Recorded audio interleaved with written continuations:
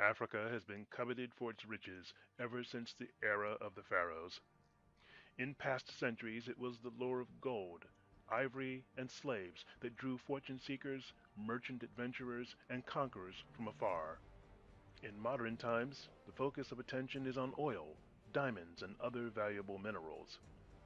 Land was another prize. The Romans relied on their colonies in northern Africa for vital grain shipments to feed the population of Rome. Arab invaders followed in their wake, eventually colonizing the entire region.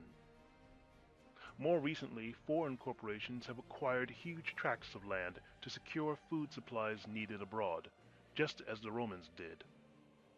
In this video, we will address the varying GDP of a select group of African countries, chosen for this video for their high gross domestic product.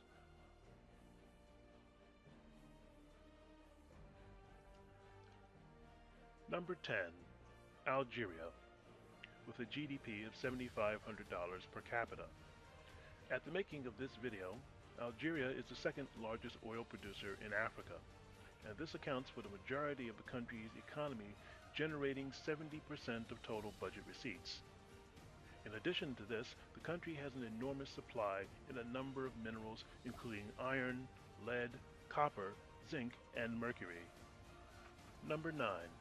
Namibia, with a GDP of $8,200 per capita.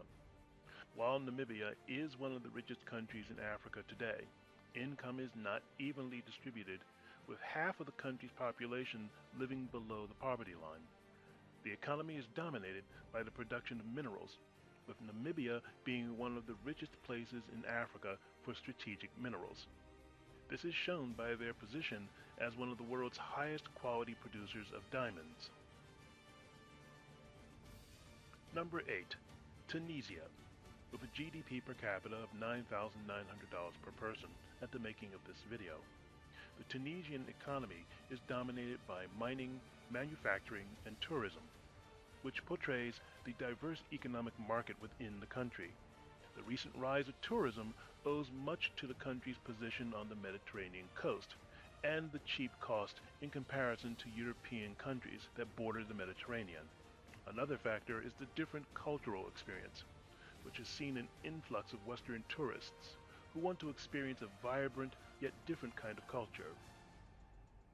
Number 7. Libya, with a GDP per capita of $11,497. Libya's position as one of Africa's most prosperous countries owes much to two defining factors.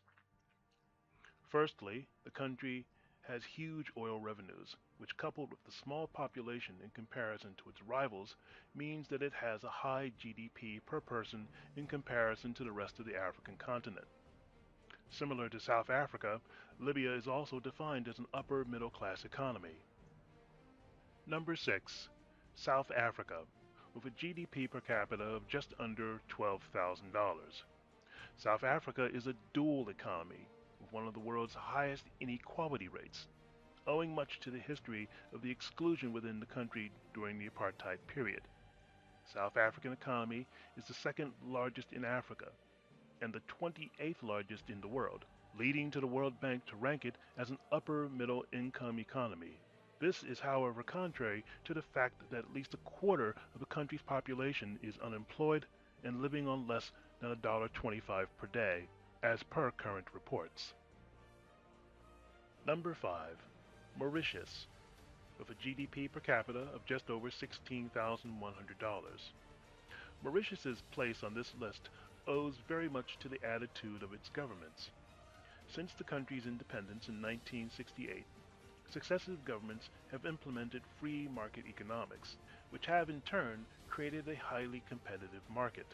With no natural resources to exploit, Mauritius's economy has relied heavily on tourism, information technology, and financial services. A booming economy has seen the country also attract lots of foreign investors, seeing the World Bank rank it as a middle-income economy. Number 4. Botswana, with a GDP per capita of just over $17,000. Since gaining independence in 1966, Botswana has had one of the world's highest economic growth rates. This has seen Botswana transformed from one of the poorest countries in the world to a competent middle-income economy, owing to stringent financial discipline and management by the country's government. Whilst the economy is dominated by diamond mining, there are also strong farming, tourism, and financial service sectors. Although the country is in good financial health, there is still a long way to go dealing with the HIV/AIDS epidemic within Botswana, with the country having the second highest adult prevalence rate in the world. Number 3. Gabon, with a GDP per capita of just over $20,000 per person. Although Gabon has declining oil production, it is still the fifth largest oil producer in sub-Saharan Africa. An over-reliance on the oil sector for the past 40 years has seen the country attempt to develop more diverse economies, to little success so far though. The high oil production within the country has helped them to develop an advanced education system within the country.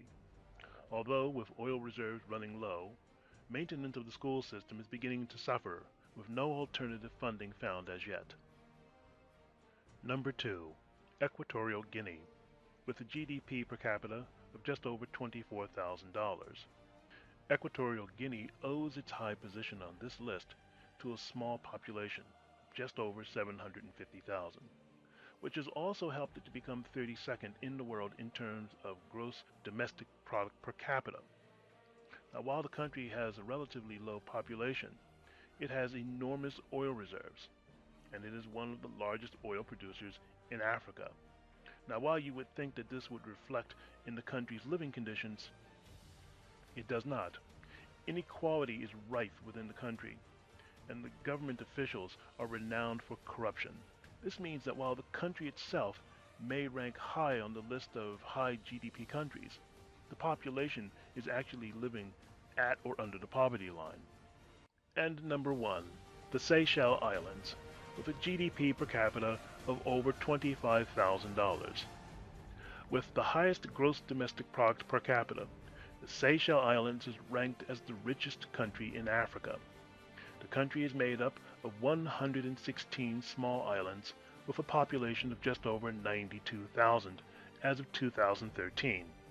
This owes much to the ample opportunity for shipments and fishing due to the large number of coastlines. Furthermore, the country has long been known as a gateway for the rich and famous. It contains a number of hotels and shopping resorts. The Seychelles have the best beaches in Africa.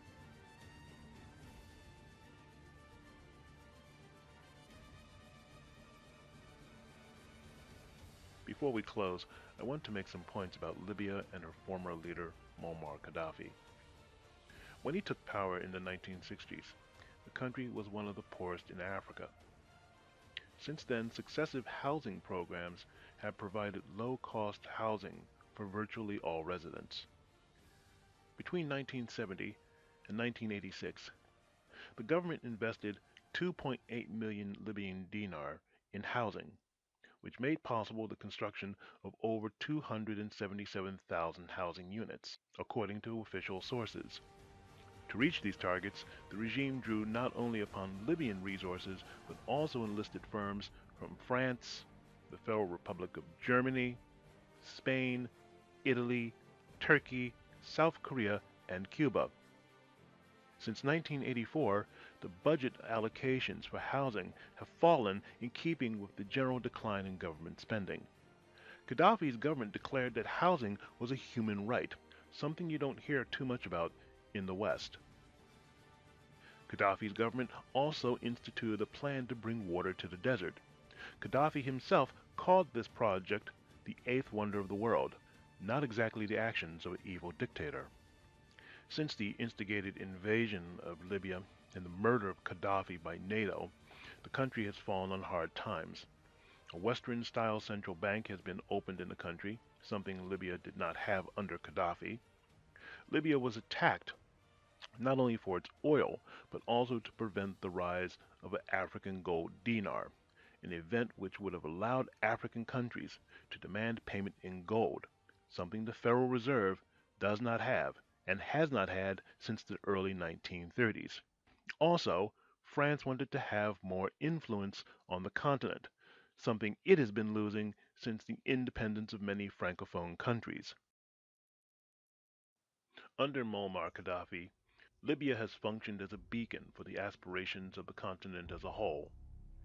The attack on Libya, on the gold dinar, on the people of Libya, was an attack on the aspirations of an entire continent by a frightened and desperate West, thrashing around on a continent it cannot control. The rise of Afrocentric banking, gold-based currencies, and control of African resources by Africans is a foregone conclusion. The US nor NATO can attack the whole continent on the excuse that they want to free anyone or bring democracy anywhere. By itself, the US is stronger than any other country on earth militarily, but it is not stronger than any coalition of nations, any nations fighting for their own self-determination.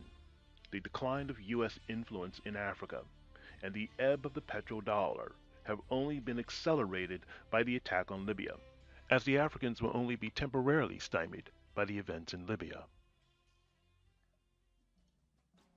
Future videos will address other aspects of modern life in African states today. Please contact me with news about your projects that you are working on in any African country related to entrepreneurship, health, education, technology, or other subjects related to the improvement of life in modern Africa. We ask you to please like and share our videos. Please visit our news site for more news about Africa. Follow me on Twitter, LinkedIn, and Facebook, and be sure to click on our links to our website promoting healthy water for all people. Thanks for watching. Take care.